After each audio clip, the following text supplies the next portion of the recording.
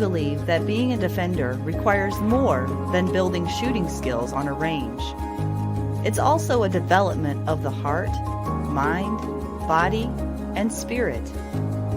Join us as we explore what it truly means to be a defender in your training and in your everyday life.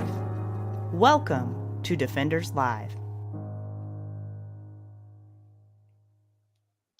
Good evening, everyone. Welcome to Defenders Live. I am your host, Lora Thorson. Good to be with you again on a Wednesday evening. And tonight we're going to have some fun. We're changing the format of Defenders Live just a little bit. And it's going to be a little bit more off the cuff. My guest tonight is not only going to be answering questions, but he's also going to be asking me questions, which scares me because I don't know what the questions are. So my guest tonight is Neil Weidner of Active Self-Protection, and the plan is to ask each other 7 random unknown questions and see where the conversation takes us. And for those of you watching on the Active Self-Protection app, hey, so glad that you're here as well. This is simultaneously being live streamed on the app right now. And so hello to all of you. For anyone who's interested in downloading the Active Self-Protection app, you can get 30% off your first 3 months by going to watch.activeselfprotection.com. Put the Defenders 30 code in at checkout and you can get 30% off. So welcome to all who are new or watching this as a replay. We're so glad that you're here. Drop in the comments where you're watching from. We always want to hear from you. We do have my good helper and friend, Adam Winch, behind the scenes, the founder of Defenders USA. He is going to be helping with comments and may or may not be popping in and out, asking questions or giving Neil a hard time. Not me, though, only Neil. You just never know about him. So a couple announcements before we get started. Defenders Live is now officially on anywhere that you can stream podcasts, an audio-only version. So you can go to Spotify, iTunes, or any of those places, and you can listen to Defenders Live now. And if you don't want to miss another episode and want to keep in the loop of what's going on at Defenders Live, you can go to defenders-live.com and sign up for email notifications, or go to our private Facebook group. We have one of those as well, and that's where you can stay up to date on what's going on. So let's see. Oh, I wanted to tell you this too. So make sure you stay till the end of the broadcast. Not only will I be letting you know who to expect for next week, but also I have a really big announcement that I want to share with you guys later on in the broadcast. Don't be shy. If you have comments, pop those in the chat as we go. I can feel my face getting red already because I know I'm going to be in the hot seat with Neil Weidner. So let's bring Neil onto the show. Hey, Neil.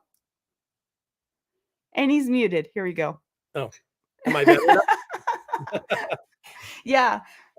How are you? So this was your idea, Neil. I mean, in all fairness, You're like, hey, let's do this. This might be fun. And of course I said, yeah, why not?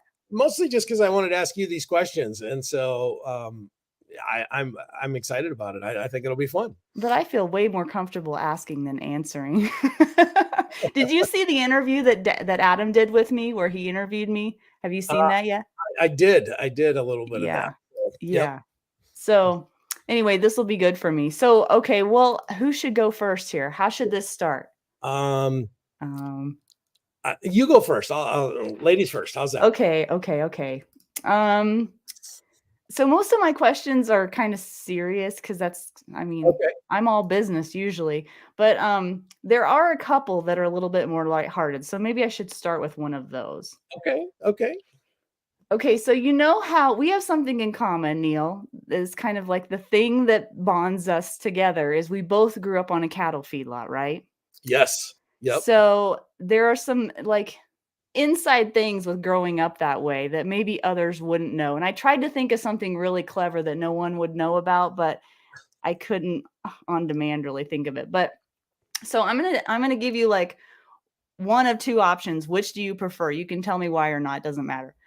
Okay. The first one is stick shift or automatic. Oh, either or. Automatic's way better, but I love to drive a stick shift. Yes. Okay. Cowboy hat or ball cap? Oh, ball cap. I'm not a cowboy hat guy. The real cowboys make fun of me when I wear And they a can tell too. Oh yeah, they know. They know. I don't even wear boots. Like, nah, guys, I'll totally give it to you. I can Yeah. kind of ride a horse and hold my own there. Yeah. But yeah, I cannot do any of the real cowboy stuff. Okay. What about George Strait or Chris Ledoux? Oh, oh, that's a good question. Chris Ledoux was the song that I danced with Steph at our wedding to. But We have that in common too. yeah, but he's dead. So George Strait is welcome to in my house with his cowboy boots on. How's that? Oh, okay. Yeah. Okay. Can I All just say right. yes to both of those? Because come That's on, hard. It's that's hard to hard. pick, isn't it? Yeah, yeah. Okay. All right. Last one. Gooseneck or bumper pull? Oh, gooseneck all day. Oh, yeah. Yeah. As long as you got somebody to help you hook it up, and I can scream at What? my kids. Yeah, Oh, come on.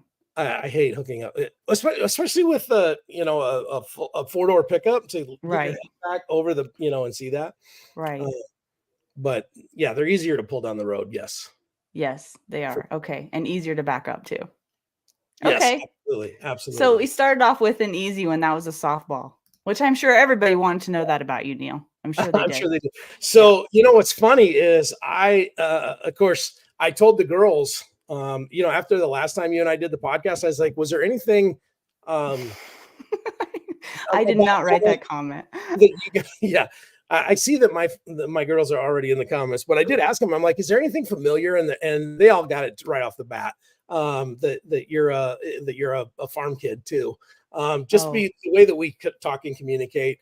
And yeah. so I did ask them. I'm like, well, what questions would you ask her? And their questions were along that same lines. Was let's see here, mucks or bogs? Mm. I have muck boots. I don't really either or. As long as they keep me out of the mud, I really don't care what they're Right. called. Okay. Yeah. Well, yeah, but you gotta. How about socks inside or outside your long johns? Hmm. Inquiring minds need to know that. I would say outside if you're serious about nothing creeping up. I mean, outside's Right. probably smarter. Yeah. All right. Well, yeah, that one came directly from Maddie. I think she's a big time socks on the outside to Yeah. keep stuff from coming up there. So, um, Yeah. and see, they already pointed out your scarf, so they get it. Yeah, I love it's like my binky. I love my scarf. Yeah. I took my scarf to SHOT Show in case it was cold. I never got to wear it, but it's in Oh, the other room. I should have grabbed well, it you and put it should because it sounds like you got a cold going on there. You should have kept everything warm. Yeah, I brought home the SHOT Show crud and have been fighting it. Today's probably been the best day since I got home, so Yeah.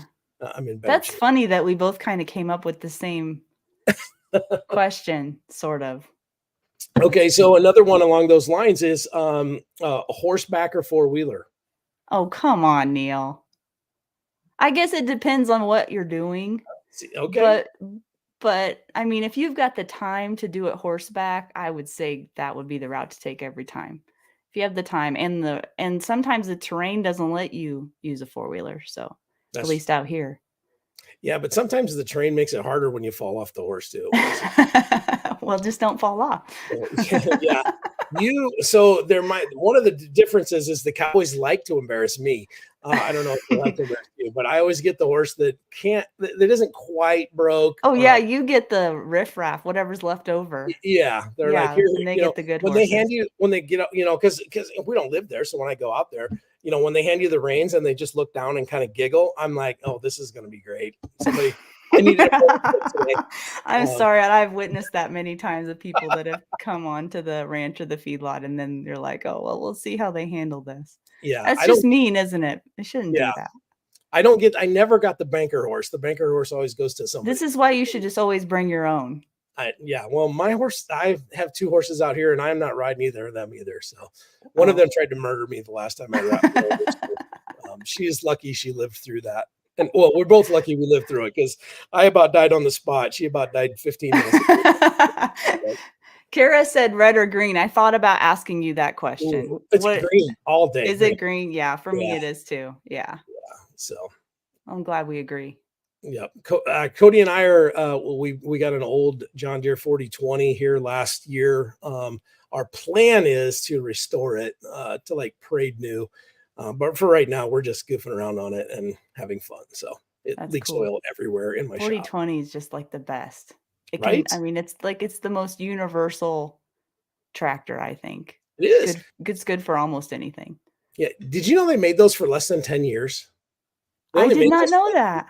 from like 64 to 72 or something like that. No, really? Yeah, they quit making those in 19, like I think it was 71 or 72. Wow. Ours is a 64, so it's the very first year it came out. And so yeah, it's still, I mean, you hit the button and it starts. They just run. So Right. yeah. That's cool. Yeah. Huh. And Kara Okay. Connery is wrong. It's not To right. each their own. I was gonna ask you Ford or Chevy or Dodge, but then I was like, who cares, right? That's neither here nor there. Yeah. Yeah. But to be fair, I'd probably say Ford. I mean, if they're anything newer than a 2000, they all suck anyway, so it doesn't really Right. matter. Yeah, it doesn't. Yeah, there's not. They In a all really good equally point suck of at view. this point. Yeah, exactly. Okay, who goes next, Neil? I feel Um, like we need a mediator, Adam. You should be the middleman. so I got one question that it gets a little bit deeper. So where's the I just want to talk about horses the whole time. Can't I just do that? well, okay, so what color horse is your favorite horse? No. I have that. I literally have that on my list.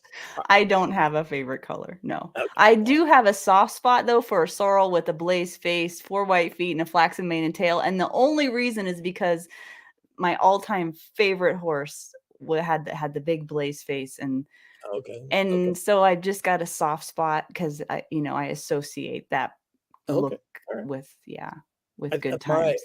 my first horse that was mine was a buckskin, and so I kind of prefer the buckskin horse with the Yeah. black stripe down there. But you can't buy the color. Don't do it, Neil. You No, can't just buy the color. I don't have a buckskin now, so You don't, or you do? no, I do not. Oh, No, so yeah.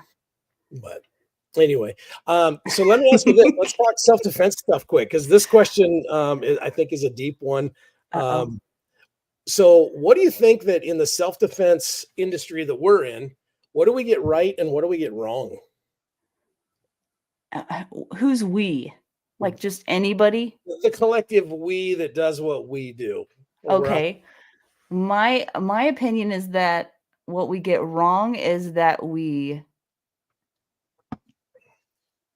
not just teach, but practice only the fun stuff. We drill the drills and we shoot the things, and we sometimes leave out the context of why are we doing the drill. And it's cool and great to get better at a shooting skill. That's a wonderful thing, right? Because I'm a firearms instructor. I want you to get better at that. But I also don't want you to leave thinking like you checked the box and now I'm good to go. That's what I'm always scared of because, as you know, a lot of people we never see them again. So we have to get as much into them while we have them as possible. So that would be that. So that's what we get wrong. What do we get right? Yeah. What do we get right? Well, I think that, I mean, I don't know. It's not like I've been in the industry for decades like you have. So as a collective, it seems like generally, so far How what old do you I've think I am? Hold on. How old do you think what? I am? How old do I think you How are? old do you It's think not I am? about how old you are. You're not that much older than me. We might even be the same age. I don't know. Okay, I'll take that. I know that's not true, but I haven't been doing this for I am decades. not 20. Yeah. Okay, cool. I'm sorry. I didn't mean to interrupt you when you said that. So I haven't done this for decades. The people that I've been around anyway, and I could have this wrong because I haven't been around, like for a long time, I guess you'd say, in this industry. But the people I've been around for the most part have been kind, helpful. They've rooted for me. And especially around my local group of people that I've been around, we all like try to help each other all the time. It's just a very good group of people. So I think that that's really helpful. Okay. What are you laughing at? I was not laughing. I'm sorry. What was it, a comment? Yeah. The best looking 74-year-old man I know. Is that the one? Yeah, that's me. Yeah. I don't believe that for a Not minute. quite that old yet, but No. but I will be the best looking 74-year-old. You know, I like that because knowing your team the way I know your team, that's 100% true statement. I think that's something that for the most part we do get right as a group. Yeah. We at least our immediate tribe we lift up. But one of the things I think we get wrong is that sometimes we do get a little tribal and potentially don't help out the people that, you know, we're all in the same industry. We all supposedly have the same goals. And Right. I think we miss, Well, it's we that strike. whole rising tide thing, right? Yeah. Yeah. So, all right. I think it's your turn. Oh, yeah, it's my turn. Okay, here's a hard one. Not for you, but it would be for me. Tell me a story about something you've done that you didn't think you could do, but you did it anyway, and how did it impact you? Oh, geez. Okay, I'll tell you a fun one. Back in, what was that, 2008? My kids will correct me. They were all little. I had a buddy. I used to work at the Gateway Computer Company, the cow spotted boxes and all of that. That's where Steph and I met. Your guys' comments are the best. If I could pepper spray my daughter again, I would. And I might anyway, but no. So I had a buddy at work that we were sitting at lunch talking, and he wanted to do a triathlon. And I was kind of an athlete at one point. Nothing real special, but I played some football and basketball. And you know, my pastime during the week was I would go to the Y and play noon ball every week. I'm sorry, the comments. Daddy, I love you too. It's hard not to laugh. But so I'm like, okay, I've always kind of wanted to do a triathlon. I'll do one with you. And so he said, look and find one that's close to here. We'll train for it and we'll do it. And so I found a short one that was in the Black Hills of South Dakota. And it was, if I remember right, what was it? It was like a half a mile in the water, like a 15-mile bike ride, and then a 3-mile run. So I think they call those a sprint. I don't know. I've never done one. Yeah. Okay. And so I played basketball every day at lunch, 5 days a week. I would go run, for an hour and then go back to work. And it was all business guys that it was our lunch hour. We didn't have time for the Showtime stuff or any of that kind of stuff. It's pick teams, run, sweat.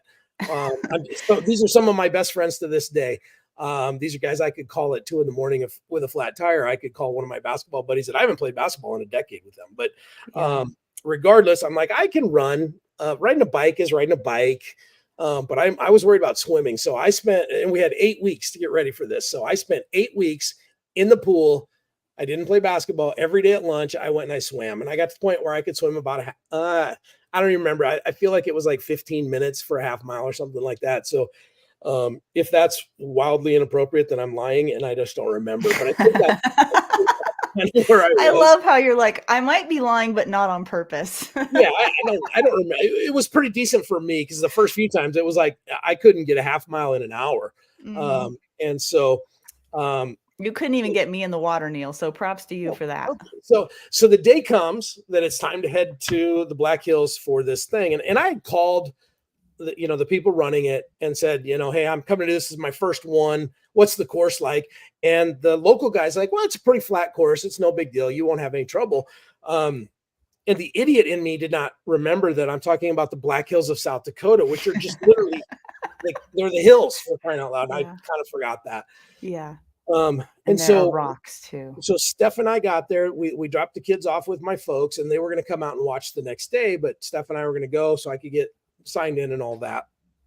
And we get there, and they're having like a spaghetti dinner. We got there just in time to have a plate of spaghetti. Everything closed down. We went to our hotel, and they had the track and everything all marked out. And so we got in our, I think, minivan that we were driving at the time, and we decided we're going to go drive this bike course. And it wasn't 15 miles. It was 28 and a half miles. I think the one thing I don't know where I put it. The one thing that my dad ever stole was the sign that said 28 miles. And he gave it to me at the end, but that's a whole nother thing. Oh my gosh. Yeah. And so we drove those 28 miles, and I was um, panic isn't the right word. I was freaking out. I'm Oh, like, you drove them in advance to see what? yeah. Oh, And we just drove this thing, and I'm like, Steph, and before that, I'm like, yeah, if I do good at this, I'm going to do another one. And this seems like fun. And I like the crowd and I like this stuff.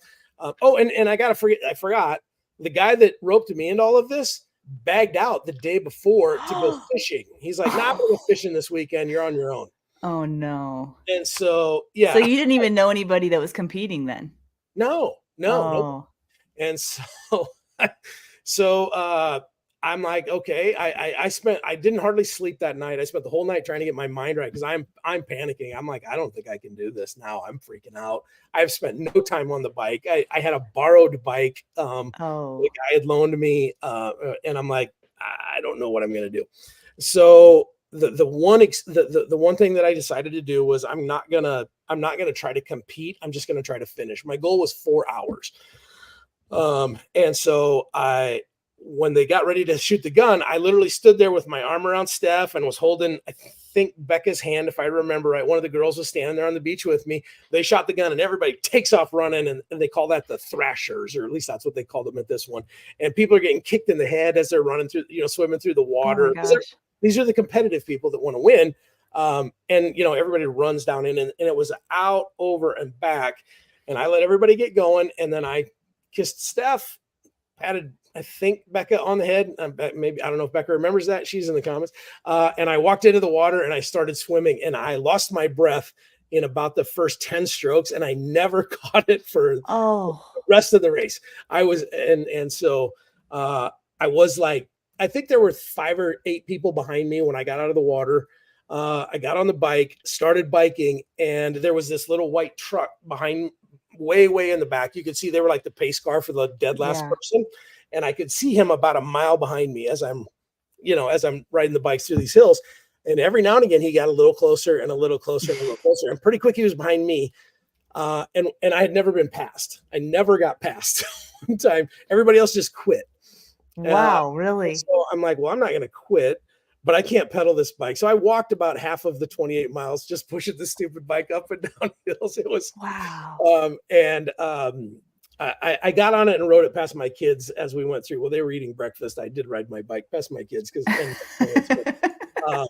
and then we got to the run. This is taking way longer than I should have. Yeah, you were lecturing me on not going too long. I know. Now look at you. This is one of those things. I literally did not think I could do this. And so this is a great question, and it's one of my favorite stories to tell. So I appreciate having a chance. So it's time to run the 3.5 miles. I get back from the bike. I rode by, and I remember, I think there was some hallucinating going on there. I was completely out of it. I kicked the 28-mile sign as I rode by it into the parking lot. I'm like, I got it. Now I got to do is get that 3.5 mile. And I'm like, I'll walk it if I have to. I don't care. I'm finishing this thing. Yeah. And I remember a doctor coming up to me, because apparently I didn't look good. I don't know. They were worried about you. And they're taking my pulse, and they're like, yeah, you're kind of in shock. I would not recommend you do this. And I'm like, I told them, I'm like, I didn't come out here to not do this. And I'm not going to push myself. I will literally walk. And so, and then again, with the whole hallucinating thing, I thought I was hallucinating. At one moment, all of a sudden I looked down, and there was this person walked up to me and handed me a yard gnome. The pointy hat yard gnome. Yeah. Little concrete guys. Did that really happen? He handed, well, yeah, I got to tell you the story. So he handed this to me, and he put his arm around me, and they took our picture. And then he just evaporated. And I'm like, and they had said, you're in shock and we're worried about you. And I'm like, there's no way that just happened. I'm not telling anybody about this. I'm just, and so I take off running or walking. The doctor gets in a little white pickup, the little Chevy Love, and with the yellow light, and they follow me. And I get to the 3.5 mile mark, and I leaned over to puke for about the 50th time that day. And the guy in the pickup got out. We're best friends now because we had spent the day together. And he says, he's like, you're doing well. And I was like, all I got to do is get back now. And he stops. And there were several times during the bike, he's like, you can turn around now. And I'm like, no, I'm going the whole way. And he's like, what do you mean go back? And I was like, well, yeah, I just got to get back now. Cause I'm at I was at the 1.5 mile mark. And he's like, were you not at supper last night? And I was like, no. And he's like, oh, they turned this into a 10K last night. Instead of 3 miles, it's now 6.5 miles.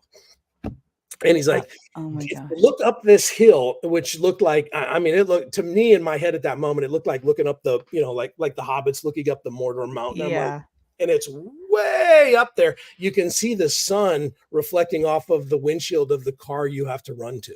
Oh man. And so at that moment, I may have started sobbing and puking, which is a great look, if you know what I mean. And so, yeah, so I'm like, all right, well, I'm not quitting now. So I just took off, got up and back, all of it, and made it, finished it in 4 hours and 8 minutes. Wow. It was one of those moments in time that I'm like, okay, this isn't when you hear about like athletes talk about like inner demons and all of that, I always thought that was a bunch of BS. I have never heard my own brain scream so loudly at me, you can't do this. Really? Yeah. I mean, it was a internal battle. Like a survival instinct kicked in kind of a thing. Happened before. Yeah. No. Wow. And interestingly enough, this was put on by the JCs, the South Dakota JCs put this thing on. And every year the JCs have their big national convention. And my brother and his wife were JCs at the time. And my best friend at the time, his wife, they all went down to Florida for this thing. And of course, everybody sits together. And they have, at their big dinners, and they have like a moment where the national president gets on stage and tells a story of something cool that happened in this state. Oh. And he saves the best story for last. And this is like a 4-day event or something. I don't know. I wasn't there. But my buddy Jeff tells me this story. And he's like, and literally, we're sitting at a pheasant hunt one time, and he's like, he didn't even know I did this until this whole thing happened. But he said they got down to the last two, and there was South Dakota and one other one. And so the president gets up and he's like, they know it's one or the other, so we're going to tell the winner now. And so he launches into this story. And of course, this is my friend Jeff telling me this story, who would love to embarrass me. But he's like, dude, you gotta know, man. And so he gets up and he starts telling this story about a guy that was, roped into doing this thing. And then his buddy bagged out, and then, he was sick, and the doctor told him he shouldn't probably do it. And he didn't want to, he wouldn't quit. It turned out he was the guy in the little white pickup. Oh, and I was going to say, it would be interesting to know what that conversation was. Well, yeah. And so, what the president did is he went to all 50 states with this stupid yard gnome and took a picture with the person that was up there. And so my buddy Jeff is telling me, he's like, there is not a dry eye in the room. You are, everybody is like, holy smokes, and they played it up way more than it really was.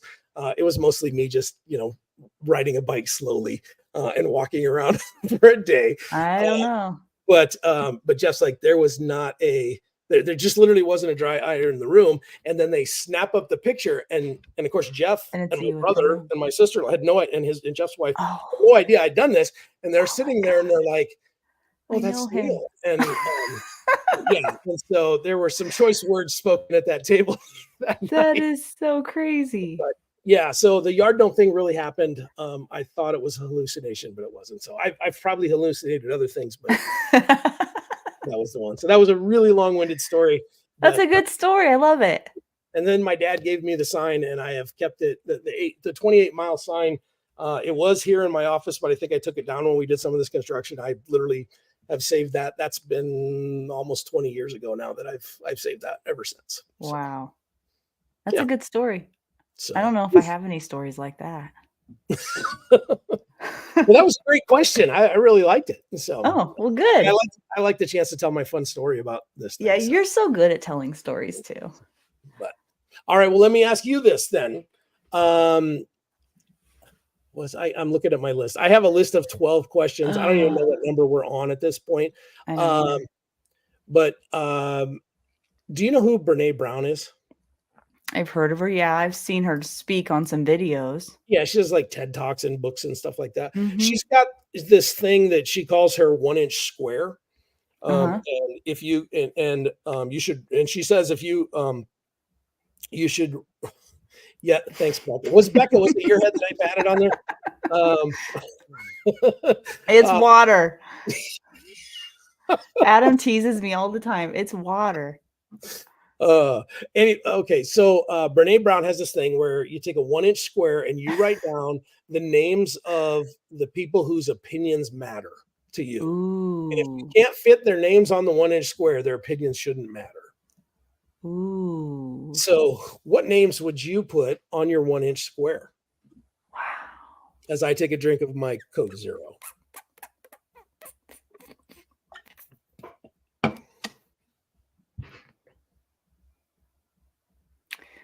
See, this is hard because as a believer, no person's opinions should matter, right? But knowing that I'm only human, I would say that my family, my immediate family, is. How to name names, Laura? Well, Justin, my husband, and my 2 kids. Yeah. Right. Yeah, those are definitely in my square. I respect the whole as a believer line of thinking, but also as a human, some people's opinions can matter. It's okay. Oh yeah, absolutely. It doesn't have to, we're not looking for their approval or things like that. But another way I look at the whole 1-inch square thing is the people that give me advice, if they're not on my 1-inch square, maybe I don't necessarily need to take that to heart. Especially as somebody that deals with YouTube comments on a daily basis. I don't really, their opinions don't necessarily matter to me sometimes. Yeah, you get to exercise that daily, don't you? Yeah, sometimes, yeah. Sometimes multiple times a day. Yeah, I haven't had a lot of haters yet. Anybody else that like the big influences in your life? Oh, well, Adam is a mentor of mine for sure. And he's somebody that I talk to regularly. So he's definitely, I don't ever want to let Adam down. He's done so much for me and he sees things in me I don't even see in myself sometimes.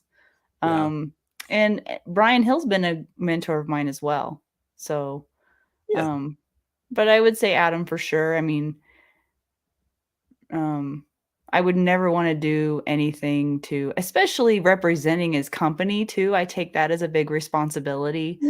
I think that that's important. So I think I'm probably harder on myself than he ever would be on me. So I don't think he's worried because he knows. Yeah. But everybody's got an opinion. Adam on your list, I look at that list as kind of these are the people I'll take business advice from. These are the people that, when I've got crisis, real crisis that I want to hear their opinion at least, and so, and I'm the same. It's my family. I guess it depends on what department it's in, it's like when I think of marketing and business, I think of you, but when I think of like just growth as a shooter, as an instructor, then I think of Adam and Brian. So I guess it depends on what framework it's in. I'm a better shooter than Adam. Oh yeah, you already told him that before the show. I forgot. Yeah. It's way more fun when he's on the screen. I know. He's smiling. I can see there he is. I beat Adam at this one drill one time. Yeah. I don't even know how long ago. And I just won't ever stand on the line with him again. So then I'm undefeated and unbeaten, and then so that's funny. I guess it's my turn to ask you a question. It's your turn. Okay. What do you got? Okay, so we just talked about the marketing thing. Is your title Chief Marketing Officer? Yeah, that's okay. A cool title, isn't it? It is cool. So as the Chief Marketing Officer of Active Cell Protection, what do you believe makes a naturally good marketer or business person? What's at the heart of it, in your opinion? I would say the relationship building side of it. If you cannot build a relationship with somebody that's based on some trust and build that trust,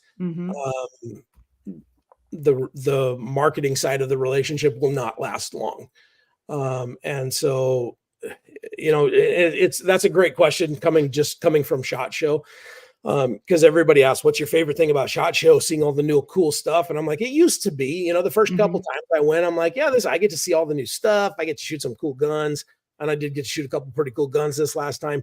But to me, the best part of SHOT is hanging out with my tribe, Steph and John and the ASP team, and then seeing all of the friends. And so, I don't look at most of our sponsors as a business relationship anymore. These are my friends.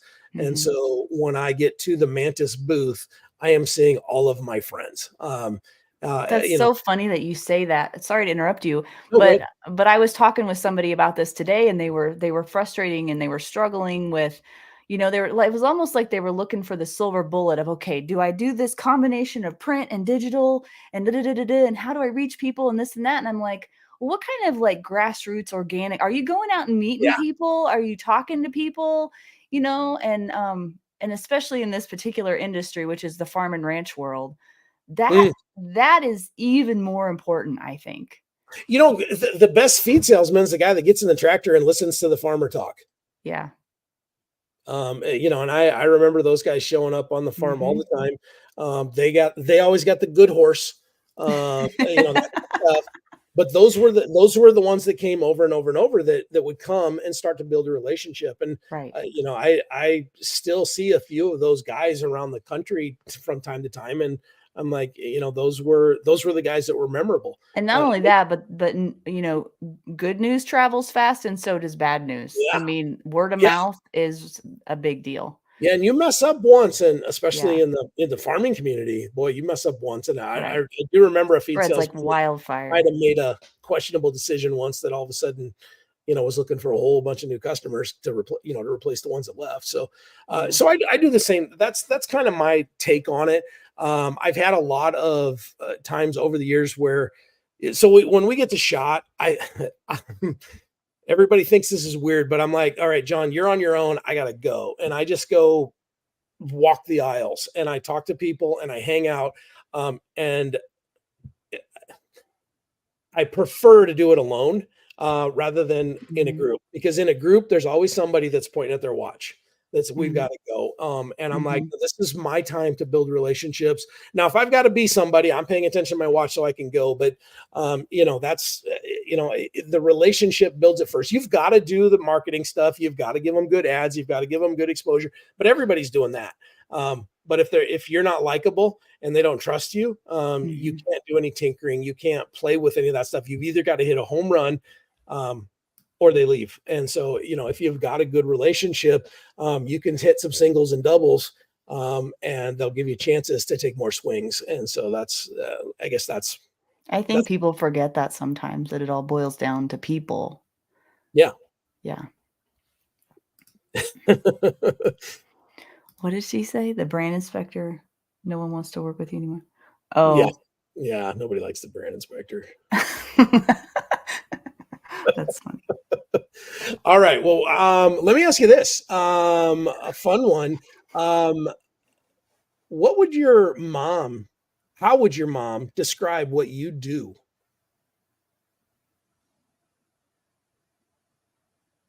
Wait, do you mean like on this show and as a firearms instructor? Because I have like more than one asked you a job. pretty simple question there, Laura. I know, because I immediately went to the job that makes me money. No, I'm curious. So if what's your mom's name? Do you mind? Judy, she's passed. Okay. So if I was talking to Jude, my mom's name is Jadelle. I called her Jude all through. I still call her Jude.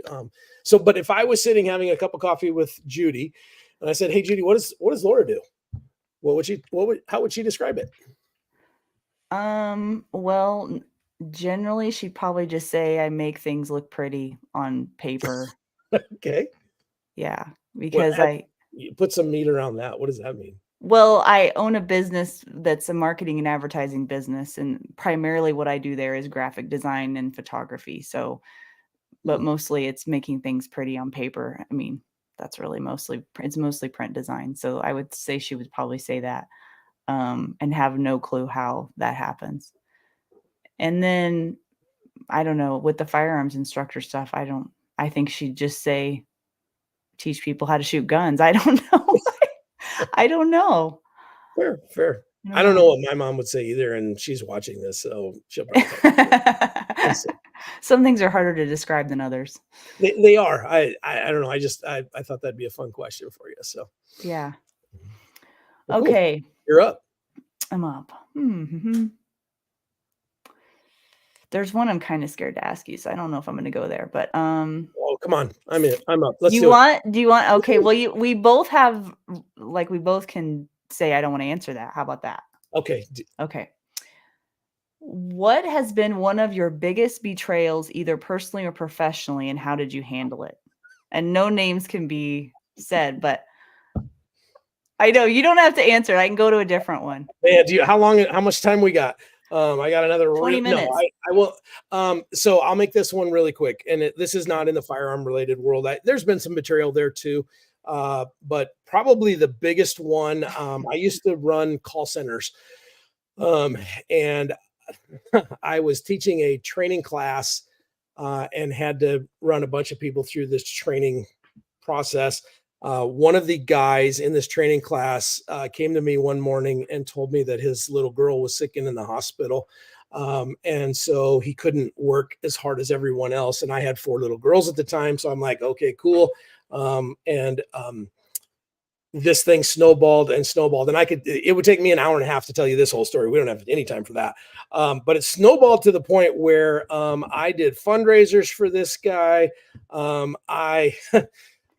a Saturday evening or Sunday morning in the middle, or, Saturday night, middle of the night, Sunday morning, I woke up. He had told me the day before that she was in intensive care. They didn't think she was going to make it. I could not sleep. And so I got up and went to the hospital.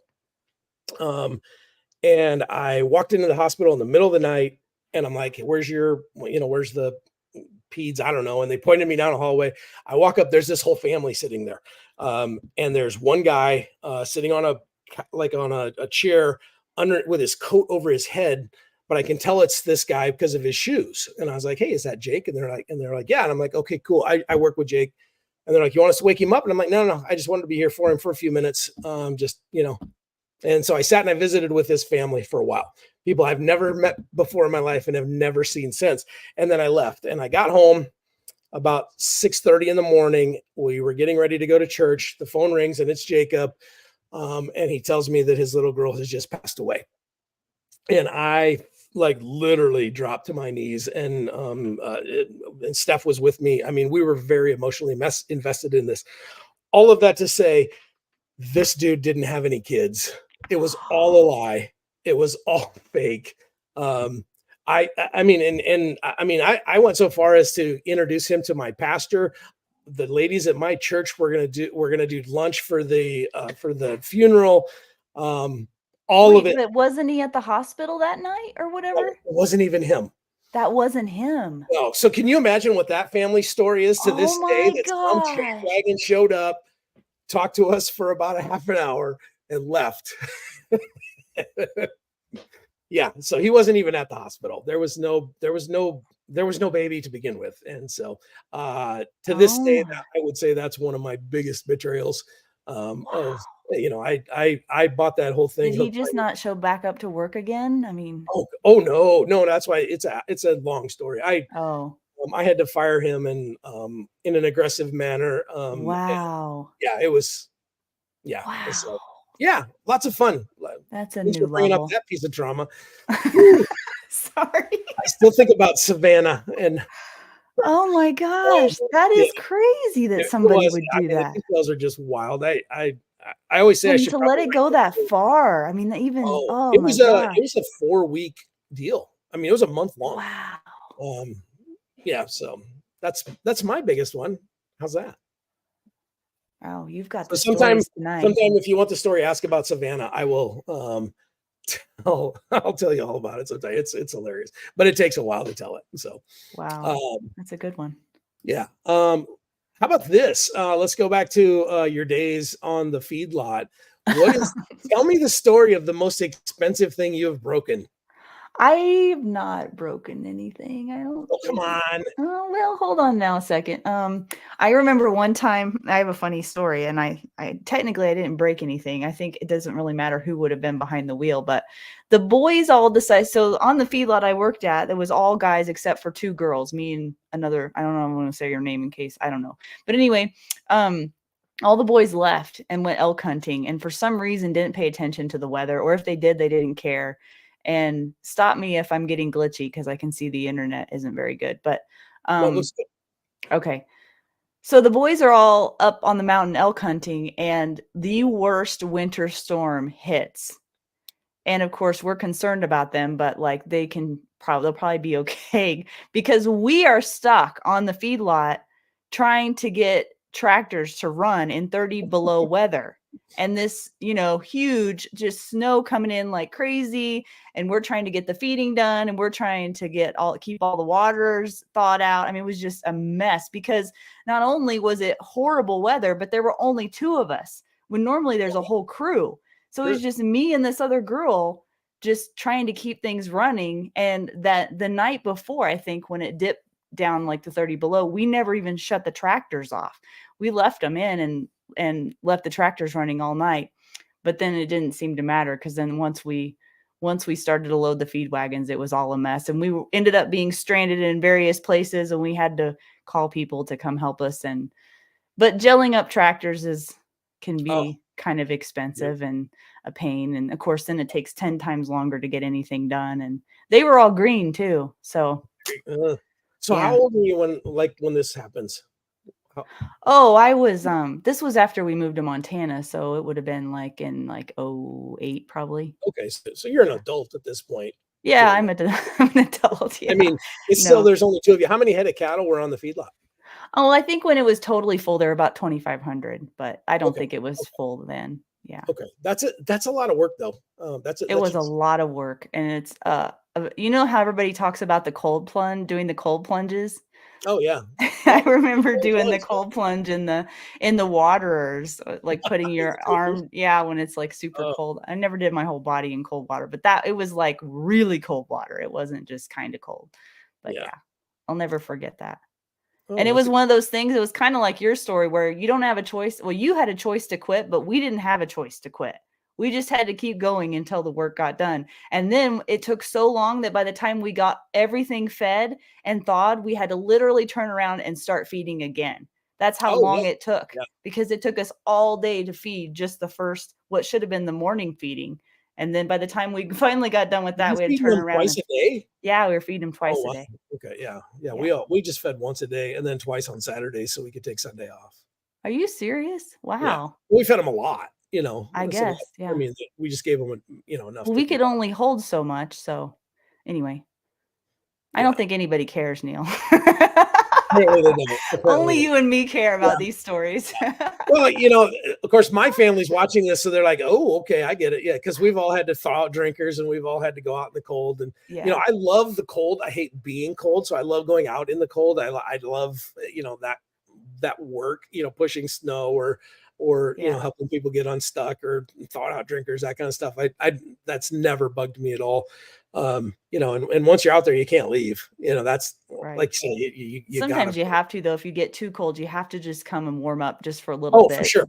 Just Yeah, enough, not too warm though, because if you get too warmed up, then you had to adjust to the warm, then you have to adjust to yeah. the cold again. So you Exactly, and just then you gotta got take to the edge off and then go back out. yep, yep. Yeah, So, well, cool. yeah. All right, you're up. Oh, I am? Okay. Yeah. No. Are you an introvert or an extrovert? It's not really a question, but I'm just curious. I don't know. What would you say? Well, sometimes I think you're an extrovert, and then other times I'm not sure. Maybe you're on the Can I can spectrum. I can I tell I don't know. I I don't think know you're how more extroverted than you are maybe, introverted. maybe. I'm not educated enough to be able to answer that question about myself. Oh, come on. Um, Well, your daughters know. I like people and I love to be alone. Me too. I don't like all people, but I mean, there's So some people that just suck the energy right out of me.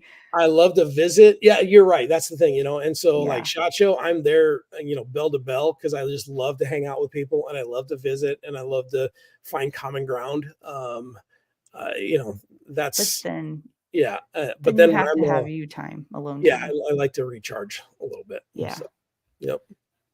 So I have done a polar plunge. So and that's another fun story. We should tell that story sometime too, but we don't have time for that.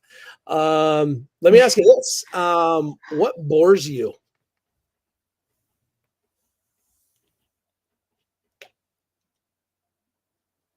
Lack of variety.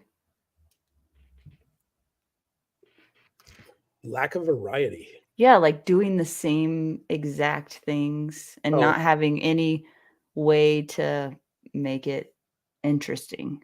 Like I have to like when I do my workouts, if I don't have a goal in mind, okay. or if it's not varied, I can't like do the same thing workout every day, that kind of thing. I almost have to gamify it or something to make it Oh yeah. interesting. Yeah, but um That's the only thing that gets me into dry fire is I get bored with it. I have to have a Oh, game. I'm struggling with that right now. I'm trying to figure out ways that I can make it interesting again, and yeah, I think I just haven't figured it out yet. Oh, Just perfect saying. opportunity. Um, I have no relationship. Well, I do have a relationship with them. I got the guy's phone number that made it, but yeah, they're not a sponsor or anything. But that ACE system that goes through the VR is really cool. I'm Um, afraid I would throw up with those that, glasses on. that's what I was afraid of too, but I didn't. Yeah. And yeah, it's that thing's pretty cool. Um, I'm trying to figure out there's leaderboards on there and all that. So the competition is for me, the gamifying it. So I totally get that. That's awesome. Yeah, All sorry it right. wasn't as interesting of an answer as you were giving, but this is No, why I interview people and I don't get interviewed. I mean, really, I'm really curious about other people, but I'm not very good at being on this end of it. I don't know. you're doing Maybe I great. just This is need fun. practice. Maybe it's an exercise, Neil. Maybe I just need practice. Maybe it is. Maybe after about 50 episodes like this, Yeah, I feel maybe. like you and I could do this like 6 weeks in a row and still have It fun wouldn't conversation. be it would I, yeah, it wouldn't be hard. I was looking forward to this because it's just well, it's way easier to prep for one. I mean, honestly, and then, if it's somebody that you enjoy talking to, then it's fun, but if yeah, it would depend on the person, yeah. for So sure. Okay, is it my turn to give you a question? We're it almost is. done. Yeah, it's your turn. Yep. Okay, so I love this about you that you have such a great relationship with your daughters and all your kids really, but I think that that's one thing that is particularly special about you guys, and I'm wondering how others can work to have that same kind of relationship with their kids. Because Oh man. because you guys are just I Uh, mean, I don't know, probably not always, but you seem to be really you're lighthearted about stuff. You have a good sense of humor, but you also are like very seriously like the biggest fan in the room. Like you guys support each other so wholeheartedly in everything. And it's a yeah. wonderful thing. Um, And not you everyone know, has relationships like that. I think to some degree we got that way in spite of all of the things that we did. Uh, Really? I don't know. Sometimes. Oh Dad yeah. used to make us hold hands and say we loved each other That or was a what we loved about each other. yeah, we would have to sit and hold hands in a circle. Yeah, there was a lot of trauma bonding, a lot of big wrestles, and um, we did sit on the bed at bedtime, holding hands, and you'd have to look to the person to your right and say one thing you'd like about them or love about them or whatever, and then the next night it might be to the left or right, however. Um, we did a lot of that. We did a lot of family stuff. We were just constantly together. Yeah. You know, I worked some crazy hours there for a while, and with the goal of instilling in my kids that hard work pays off because I think it does. And I think I see that instilled in my daughters that they all work hard and every one of them makes an effort all the time. But there's not one of them that won't drop anything that's in their hand to come to the aid of their family. Mhm. And when they were little kids and they would bicker, and this is Stephanie, not me, but she would always tell them, she's like, your friends are going to come and go. And in some cases, husbands may come and go, or any of that kind of stuff. And especially husbands, because you guys live longer than we do. And in the end, the people that you'll have is your sisters. Mm. And I think those girls have such a bond with each other. And I just want to share in it. And so, the kids all, anytime they had something going on in the summer, like camp stuff, all of the kids came to our house or were invited to our house, always welcome. And to this day, they still do, to some degree. It's getting less and less now that they're having kids of their own. But, we had we bond over TV and movie things. So if you spend any time in our house, you'll hear at least 50 movie quotes. But if you remember Psych, that show that came on, I think that was on USA with I've the heard of it. the I Know You Know, it's the fake psychic show. Our family, I don't know why I fell in love with that show. And then they made some movies later on, and the kids were in college and moving out. And we had kids from like all over the country that came and drove to the Weidner's house to watch this movie. Really? Yeah. And I'm like, I think it's just being open to that kind of fun stuff. Huh. I have heard it both ways. See, there are in the comments. And so, They just light up the comments. It's awesome. I'm just a big fan of my kids. They're awesome people. Yeah. They all have their own unique personalities. And it's so fun just to know them. And to, Aww. to have a relationship with my kids at the age that they are. That's pretty cool. That's pretty cool. So I will be there for them, and they are always there for us. And so that's really cool. I love that. Hey, I remembered something that I think is boring since my answer was boring. Okay. Anything having to do with spreadsheets, accounting, like that kind of work, that will drive me crazy. Worst. I will zone out within 5 minutes and it'll be the end of it. Okay, that's a good one. That it is really needs to be creative. And I'm not saying you can't be creative with spreadsheets, but not in the way I'm thinking. All the little tiny detail stuff makes me nuts. Yep. Yeah. So. Well, cool. I don't know if we've done 7. I don't know either, but we're running out of time. Yeah, well, your story lasted about 20 minutes. I know. I'm sorry. I blew it. I'm teasing. So, it's good. One of the fun ones that one of my girls had was, which I don't expect you to have much of an answer for this, but what is the most profane thing you've ever yelled at a cow? That's a for people that don't know, if you've ever worked cattle, that's where sometimes you learn profanity there. I did not learn much profanity, but I know I've said a lot of things to cattle. I can't remember what the worst was. I can't even think of something unique, because usually stuff comes out of your mouth sometimes and you're like, where did that come from? Yeah. So, yeah. And it's usually out of fear, because they're usually running towards you, or you're about to see your life flash before your eyes whenever it comes out. Yeah, and if you let them go by, your dad's gonna. Yeah, then it's even worse. By the cow or the horse chasing it, or your dad. Right.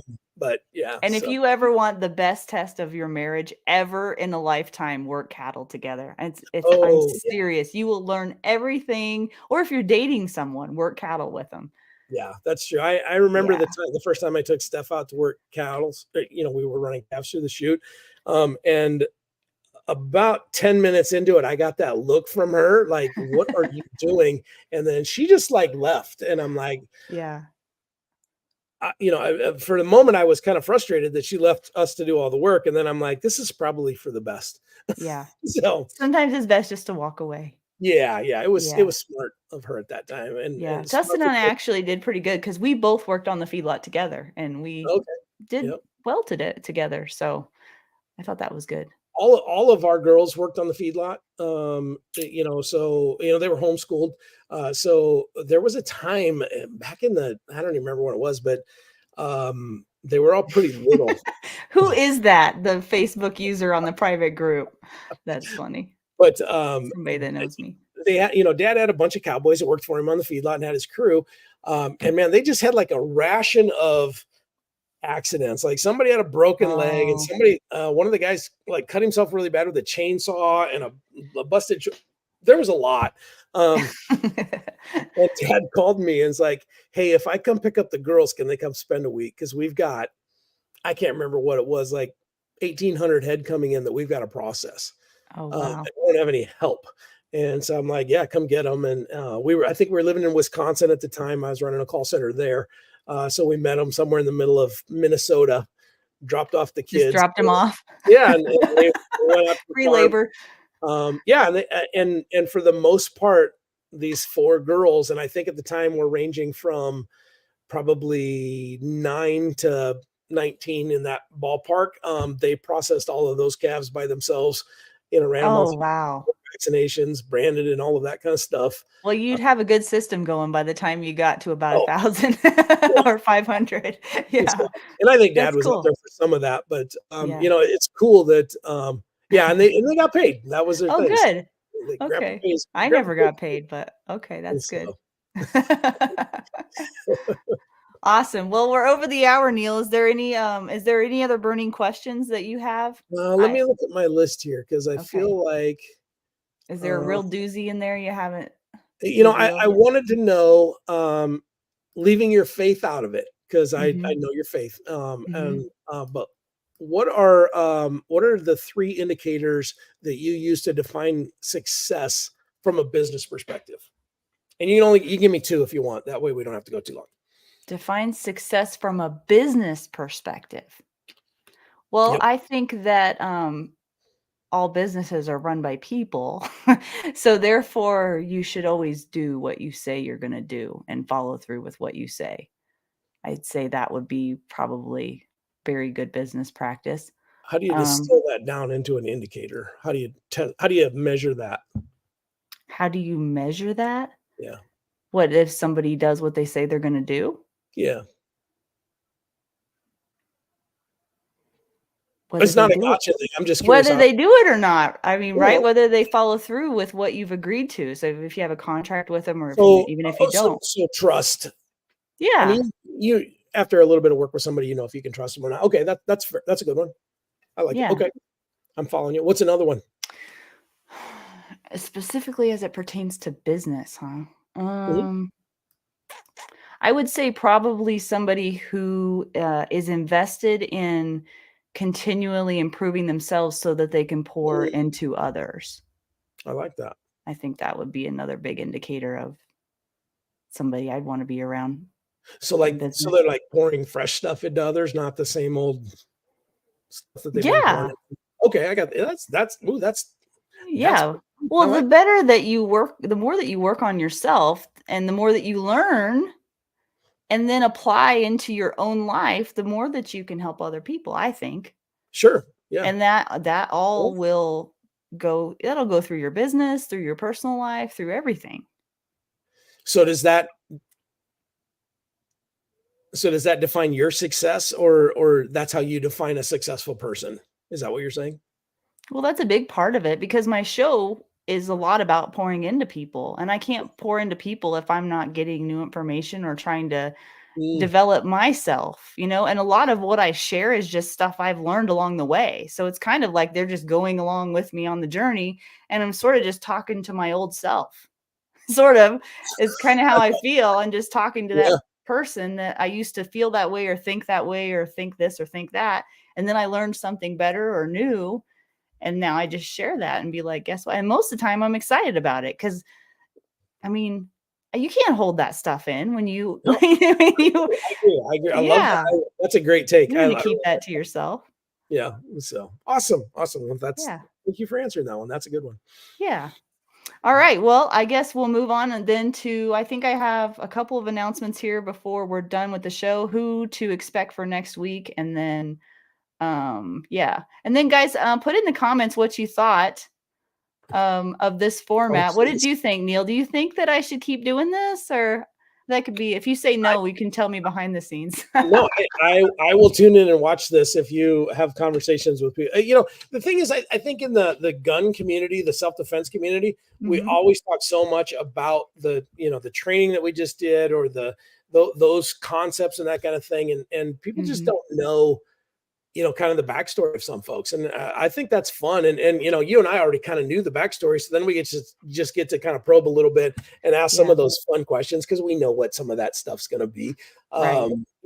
And so I The think this girls is are still talking about the feedlot stuff. It was oh a hard life. Madison said it was a hard life. Natalie said I liked it. yeah. Have Yeah. you ever had a buzzer put in your mouth? No. Yeah, that's another. I'll tell you You mean that's like a hot shot? Or yeah, no, no, that's yeah. wrong.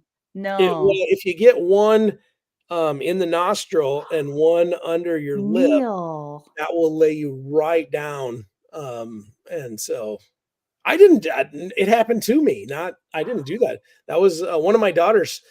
She thought she was going to be That cute. would be Like, even crazy. That's a better video than the pepper spray oh, video. because when you hit the hot shot and hit the button and let go, it's still hot, right? And so then you can Oh. and touch it. Well, So, yeah, I've like heard the little, not the zap, but like a just yeah, a whatever you call it. I don't know what it is. yeah, When that's what. the So snap. You you can hit hear the the button. snap. Yeah, the probes get the two ends get electrified, and Mhm. then if you let go of the button, there's still it's still got to release that charge. Right, right. So one of my daughters, who just apologized, if you rewind, uh, um, was like, "Hey, Dad," and I turned around, and it was one of those moments of a what.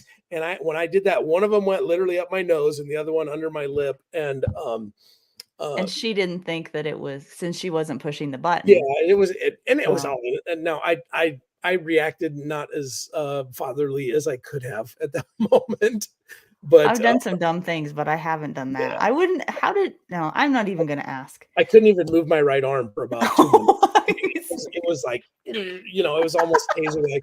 So I did get the buzzer away from her, and I don't throw lefty very well, but I threw that buzzer as far as I could, Oh, man. and tried Fun not to times. pass out and act Fun tough. But times. yeah, so yeah, the Well, feedlot thanks. has a lot of great memories.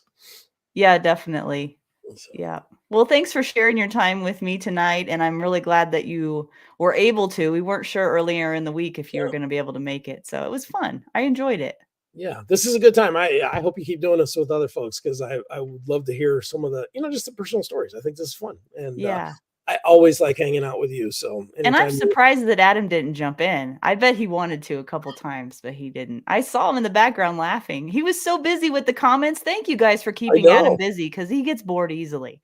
So you kept him busy all night, and that was a good thing. All uh, right, cool. All right, well, hope to see you again soon, Neil. Don't leave the studio. Just stay in the green room, would ya? all right, we'll do. Okay. All right, guys. So tell me in the comments if you like that format. That was new and different. I don't even remember what I said. So I hope it was worthy of listening to. It was fun for me. I hope it was fun for you too.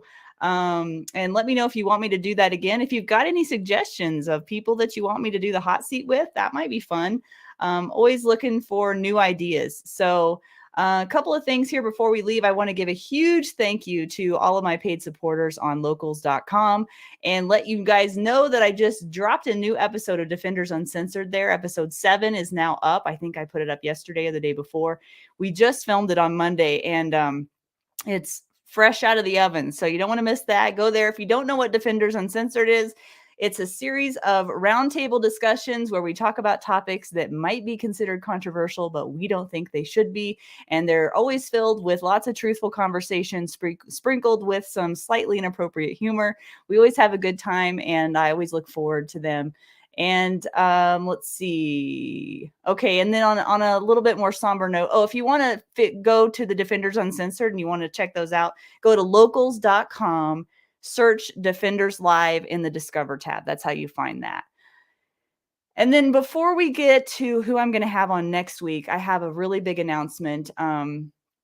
Mostly because it's just a really big responsibility and a huge honor that I was able to do this. But last week, Brian Hill and I documented his story at length. It was a 2.5 hour long interview, and we're going to be releasing it raw, uncut, unedited. And it's the first and last time he says that he'll be sharing his story. And it's a true honor to be trusted with that. And if you don't know who Brian Hill is, most of you do, I think. But if you don't know who Brian Hill is, you can look him up on our channel or on the Active Self Protection channel. He's been on there, on the Extra channel a lot. So he has a really unbelievable story of transformation that is inspiring. And it was honestly really hard to get through for me. Parts of it were hard to get through with him too.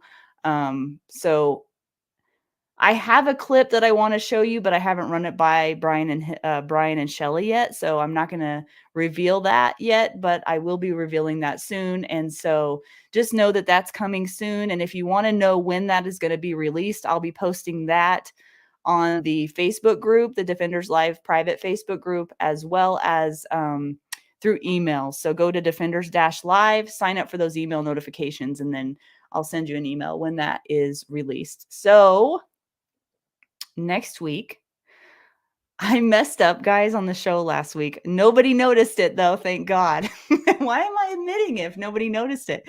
I knew it, so I've got to set the record straight. So last week, I messed up and told you that Wayne Black would be on this week, and obviously, Neil is not Wayne Black. So next week is when I will be interviewing Wayne Black. He's the author of School Insecurity, which is a comprehensive guide for parents and educators on school security. So he's an author, public speaker, former law enforcement officer, and internationally recognized security expert with more than 45 years experience in both the public and private sectors, and a mile-long list of credentials, but I won't go into those right now. But I am looking forward to that interview next week. And again, please tell me in the comments if you like this format. We did the In the Hot Seat is what I called it, with Neil, and looking forward to seeing you all again next week. Thank you for tuning in. We'll see you next Wednesday, 7 p.m. Mountain Time. Adam. Hi, Cody. Hi. You scared me when you came on there. I'll see you next week, guys. Until then, take care.